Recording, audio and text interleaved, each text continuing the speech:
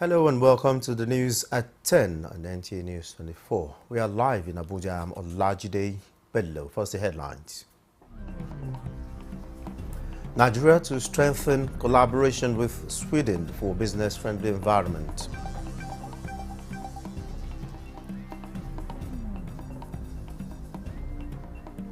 Presidency says there is no vacuum in leadership as president and vice president are out of the country.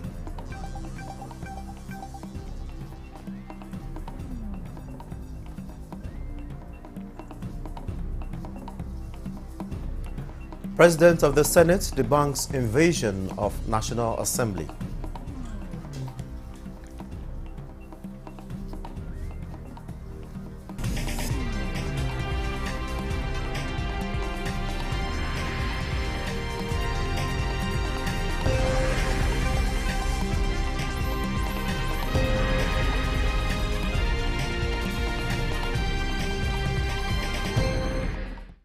Vice President Kashim Shettima is now in Sweden on a two-day visit to represent Nigeria in bilateral engagements with the Scandinavian nation at the instance of President Bola Tinubu. During the walking visit, the Vice President will engage in high-level bilateral talks with key government officials, including a meeting with Crown Princess Victoria of Sweden and the Swedish Prime Minister. Shettima will use the visit to explore opportunities for strengthened collaboration between Nigeria and Sweden in areas such as ICT, innovation, education, digitalization, sustainable transport, mining and agriculture. The Vice President will also meet with Norsken, a Stockholm-based venture capital impact investor, which recently launched a $205 million tech investment fund for Africa. While in Sweden, Shettima is also expected to articulate Nigeria's economic vision and the reforms being undertaken by the administration to create a business-friendly environment in Nigeria for investors. The Vice President is expected back in the country on Saturday. And following inquiries by journalists as to who is in charge of our country as the President and Vice President are out of the country, Special Advisor to the President on Information and Strategy, Bayo Onanuga, clarifies that the President and Vice President are fully engaged with the nation's affairs even while they are away. There is no leadership vacuum in the country. The statement added that President Tinubu left the country on 3rd October and is on a two-week working vacation. During this time, he has been busy answering phones and issuing directives on matters of state. He will soon return to the country before the vacation officially expires. The Vice President departed the country Wednesday for Sweden on an official walking visit for Nigeria. Such all state organs are functioning as usual. The Senate President, the Secretary to the Government of the Federation, Ministers and Service Chiefs are all in their respective positions, ensuring the smooth operation of the government. The release, however, noted the Constitution does not explicitly require the physical presence of either the President or the Vice President in the country at all times to fulfill these duties. President Bola Tinubu has directed the Secretary to the Government of the Federation, Senator George Akume, to lead a federal government delegation to Chigawa in response to Tuesday night's inferno in Majia town, which claimed over 100 lives. The government delegation will comprise the Minister of Defense, Muhammad Badaru Abubakar, Minister of Transportation, Saidu Al-Khali, Corps Marshal, Federal Road Safety Corps, Shehu Mohammed, and the Senior Special Assistant to the President on Community Engagement, Northwest, Abdullahi Tanko Yakasai. While in Jigawa, the delegation is expected to visit the scene of the incident to assess the situation and visit injured persons in the hospital. President Tinubu further directs that emergency aid, including medical supplies, food and shelter, be extended to the 50 victims receiving treatment and others affected by the fire. He prays for divine comfort for the bereaved families and the peaceful repose of the souls of the departed. President Tinubu reassures the nation that the federal government, in collaboration with states, is committed to the swift and comprehensive review of fuel transportation safety protocols across the country. In a statement by the Presidential Advisor on Information and Strategy, Bayo Onanuga, the President restates his directive to the Federal Road Safety Corps to strengthen night travel measures such as increased patrol, strict enforcement of safety regulations and other highway safety mechanisms. The Senate has called on authorities to assist victims of Tuesday night's tanker explosion in Majia, Taura local government area of Chigawa State. The issue raised as a matter of urgent public importance by Senator Babangida Hussaini drew the sympathy of the legislators as they expressed sadness over the death of more than 100 persons. National Assembly correspondent Lami Ali reports. The tragic incident in Chigawa was the first matter for consideration at plenary Wednesday. This catastrophic inferno occurred around 10 p.m. when the residents of the area trooped out en masse to the accident scene to scoop fuel from the ill-fated tanker. This has happened in Lagos, it has happened in Ikeja, it has happened in my community in Akwa Ibom State before, and a lot of the burns were first-class burns. So here, over 100 people have been burned to death. I want to also pray that those in hospitals will also survive. Senate mourned the victims and those bereaved and suggested intensified awareness by authorities to prevent such occurrence in the future. Senate passed for second reading 3 bills seeking the establishment of educational institutions. Federal University of Medicine and Medical Science, Kogi State. Federal College of Education, special in Karaye local government, Kano State. Federal University of Education Special, Oyo State. 21 appointees of President Tinubu as commissioners of the Revenue Mobilization, Allocation and Fiscal Commission were also confirmed during plenary. From the National Assembly, Lami Ali, Nta News.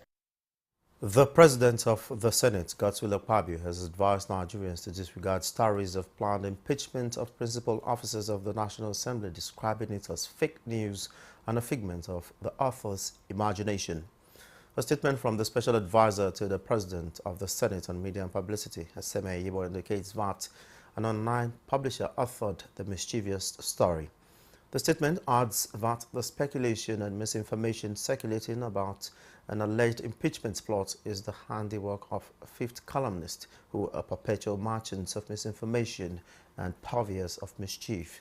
It reaffirms the commitment of Akpabio to transformative leadership and effective collaboration with the other arms of government. Senator Godswill Akpabio, it added, remains focused on the implementation of the 10th Senate legislative agenda and working tirelessly to address the present national issues of growth and prosperity. Meanwhile, the Special Advisor to the President on National Assembly Matters, Senate Bashir Lado, has described as baseless the online publication. In a statement, Lado says there is no discord among the legislators as they are working in harmony for the peace and progress of Nigeria. The Nigerian Air Force have continued to demonstrate its commitment to providing aid to civil authority, completing an airlift mission on 16 October 2024 to deliver essential relief materials to flood victims in Borno State. Director Public Relations and Information, Air Commodore Olushola Akinboyewa, says the relief supplies donated by the First Lady of Nigeria, Senator Oluremi Tinubu, under the Renewed Hope Initiative were airlifted by NAF's C-130 Hercules aircraft from Abuja to Maiduguri with supplies comprising food items, clothing, sanitary essentials, as well as toys for children. These critical resources will provide much-needed succor to affected communities in Maiduguri that were devastated by the 10 September flood disaster. The relief materials were received by senior NAF officers led by the Air Components Commander, Operation Heading K, before being handed over to the Borno State government for distribution to flood victims. This mission highlights the NAF dedication to providing timely humanitarian assistance, particularly in regions severely impacted by natural disasters. It will be recalled that in addition to ongoing airlift missions, the NAF also launched a medical outreach program to support flood victims, provided food for over 2,000 internally displaced persons during the crisis. The collaboration between the First Lady's office and the NAF demonstrates the significance of collective efforts to alleviate the sufferings of those affected by flood in Borno State. The House of Representatives is urging the executive arm of government to hasten up the submission of the 2025 appropriation bill for consideration by the National Assembly. At Wednesday's plenary, lawmakers also pointed out that time is running out for the presentation of the medium-term fiscal policy framework as stipulated in the Fiscal Responsibility Act 2007. National Assembly correspondent Nta News24 tells us more. Lawmakers during plenary were unanimous that the January to December budgetary cycle is a good policy that should be sustained.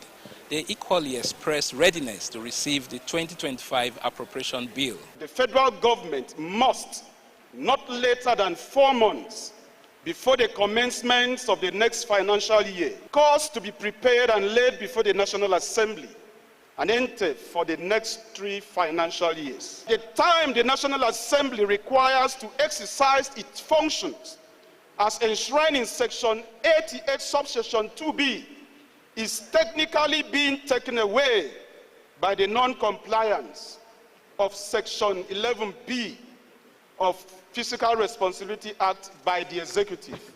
And giving a time frame to go ahead and get these budgets passed within a month, just like what happened last year, Mr. Speaker, is going to affect our oversight function.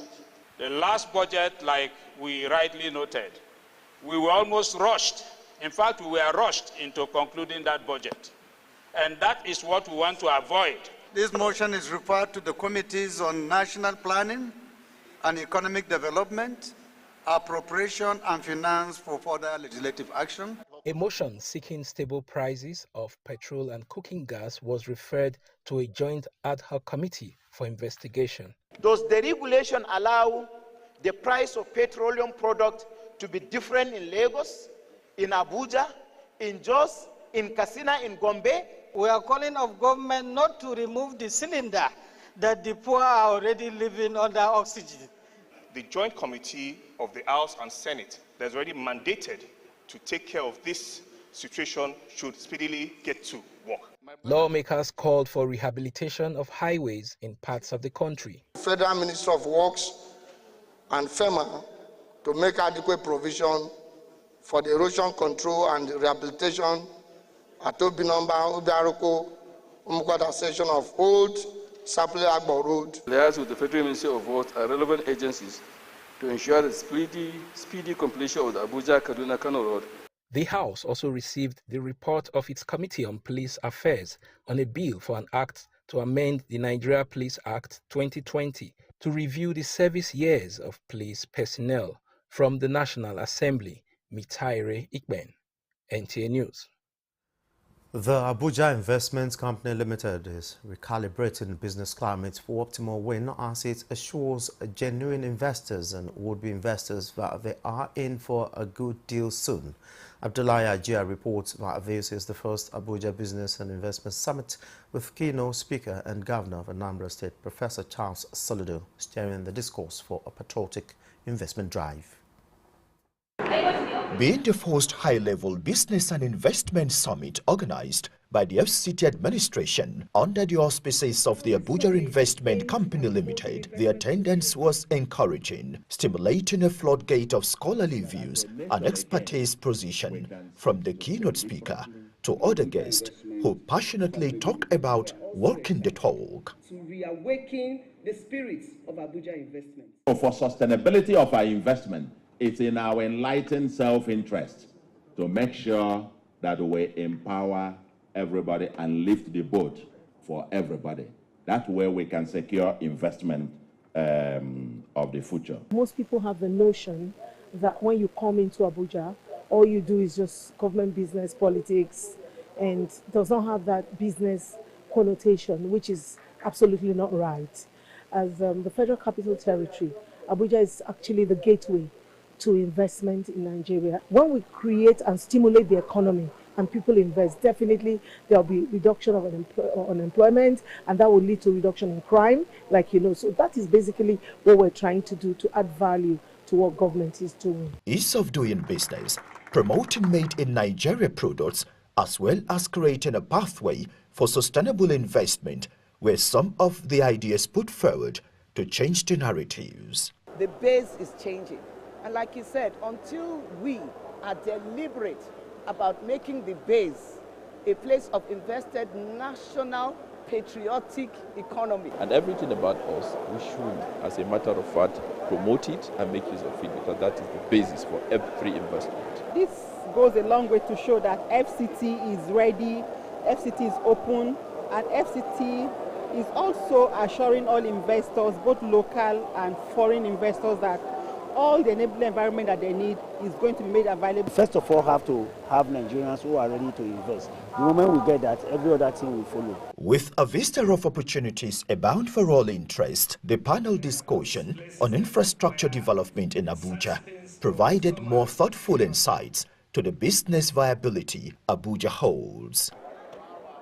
Thereafter, guests and stakeholders catch a glimpse of a variety of products and services at the exhibition stands as more prospects are expected from the 3-day investment networking in Abuja. Abdullah Hajia, Nta News.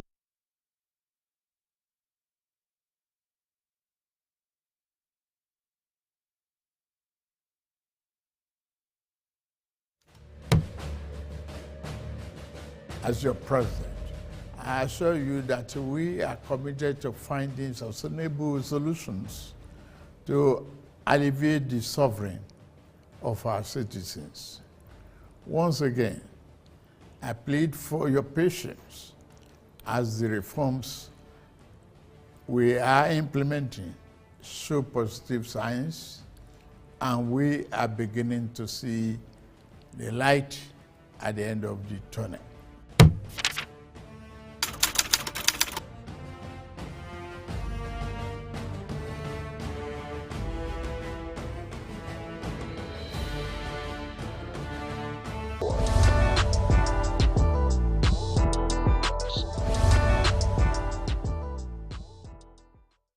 Thanks for being there. Kogi State government has begun the 19.55 kilometer Bajana-Ruaku road project to improve rural connectivity under the Rural Access and Agricultural Marketing Project in partnership with Ministry of Energy and Rural Development. Governor Ahmed Usman Ododo flagged off the project. Ajibola Christopher's report is hereby presented. The road links the Obajana cement factory, farmlands and marketplaces between the cement community in Kogi West and Uruaku in Kogi Central. Its construction is expected to boost trade and agricultural activities, benefiting local farmers, traders and residents.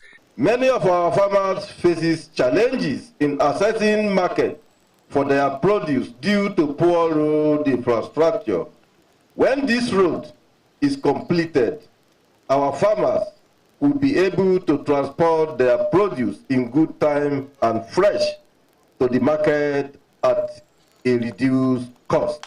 The governor called for community support to ensure the project's completion and urged the contractor to deliver a road that will serve future generations. Representing the Rural Access and Agricultural Marketing Project, Vivian Amadi acknowledged the World Bank for its support, stating that the project will contribute to the economic development of Kogi State and Nigeria. To the contractors and to all those involved in the execution of this project, I urge you to ensure that the highest standards of quality and sustainability are maintained. So this is for the benefit of our farmers to be able to bring their goods to the market center. All the farm produce that are converged at the market, and some of them used to get rotten, with this access road, we'll be able to move them from the point of the market to where they're needed. Now the state government, in collaboration with the World Bank, has brought this to enable them have a quicker access to the market. So it's good. Development is coming gradually. This road project is a marker of development, signaling Kogi State's progress toward economic opportunities.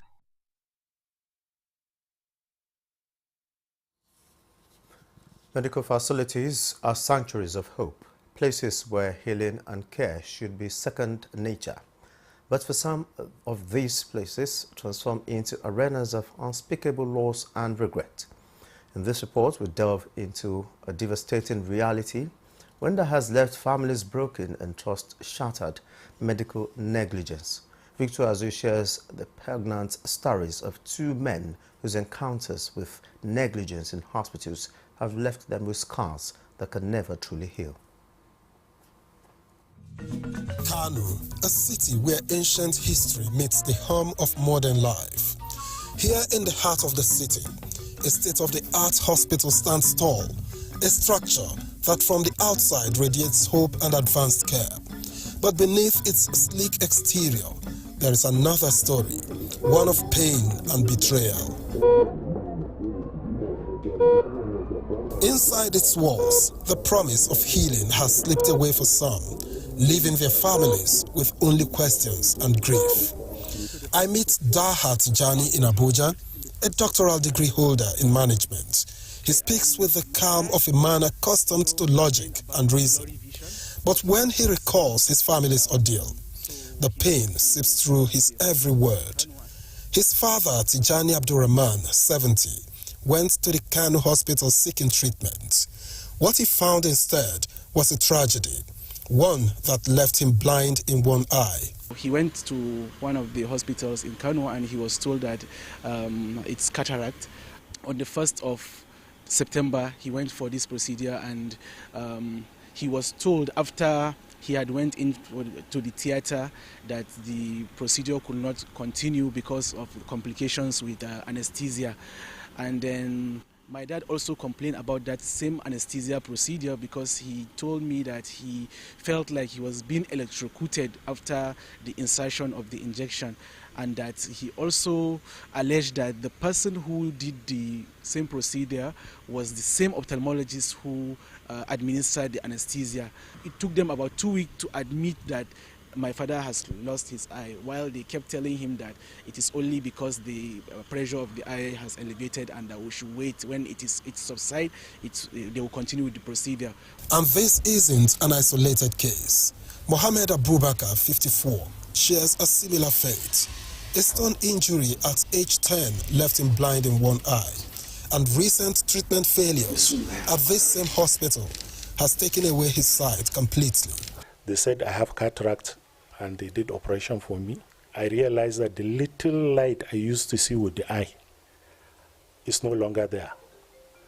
That is when I complained to the doctor that saw me that I cannot see the light. Then he told me that he is sorry, that the chances of me seeing again is very tiny. Now he navigates life with the help of others, a man whose vision was stolen not once, but twice. Mohammed and Nta's stories raise a critical question. What is happening behind the closed doors of our healthcare facilities? How many others have suffered in silence? A survey published by the Archives of Medicine and Health Sciences revealed a startling statistic. 42.8% of surveyed medical practitioners had faced accusations of malpractice. And globally, according to the World Health Organization, medical errors claim more than 2.6 million lives annually. Here in Nigeria, the numbers are sobering. 16% of patients experience adverse events, many leading to permanent disability or death. If you go forward to go and make a diagnosis when you don't have the requisite skills, the requisite knowledge, the requisite equipment, then you are negligent. Yet, for most victims, seeking justice remains elusive, where the scales of justice often weigh heavily against those in search of accountability. One is dearth of information. The second one is knowledge, absence of knowledge, absence of the fact that they have a right. And then the third one is the financial burden, the requisite resources that will enable them initiate the procedure for seeking and obtaining their rights. What happens when a doctor is found to have been negligent? At the Medical and Dental Council of Nigeria, I probe deeper into their role in holding erring professionals accountable. If the tribunal makes a verdict